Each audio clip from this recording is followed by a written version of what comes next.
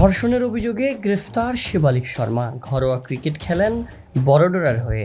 গুজরাতের সেই ক্রিকেটারকে সোমবার গ্রেফতার করেছে রাজস্থান পুলিশ। যোধপুরের কুড়ি ভগতাশনী থানায় শিবলিকের নামে অভিযোগ জমা পড়েছিল। তদন্তের পর শিবলিকে গ্রেফতার করে পুলিশ। আদালত তাকে জেল হেফাজতের নির্দেশ দিয়েছে। শিবলিকের বিরুদ্ধে বিয়ের প্রতিশ্রুতি দিয়ে ধর্ষণের অভিযোগ করেছেন এক মহিলা। 2023 সালের ফেব্রুয়ারিতে বড়োদরায় আলাপ হয়েছিল দুজনের। তারপর থেকেই ঘনিষ্ঠতা বাড়ে।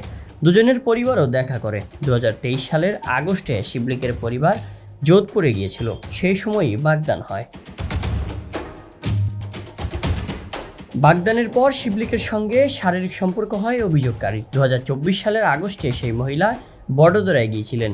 সে সময় শিবলিকের পরিবার জানায় তারা ছেলের জন্য অন্য জায়গায় বিয়ের কথা ভাবছে। এরপরেই পুলিশ অভিযোগ জানান ওই মহিলা। সেই অভিযোগের ভিত্তিতেই চলে তদন্ত। এরপরেই সোমবার গ্রেফতার করা হয় শিবলিককে। Sayan Sabbir, BD archive.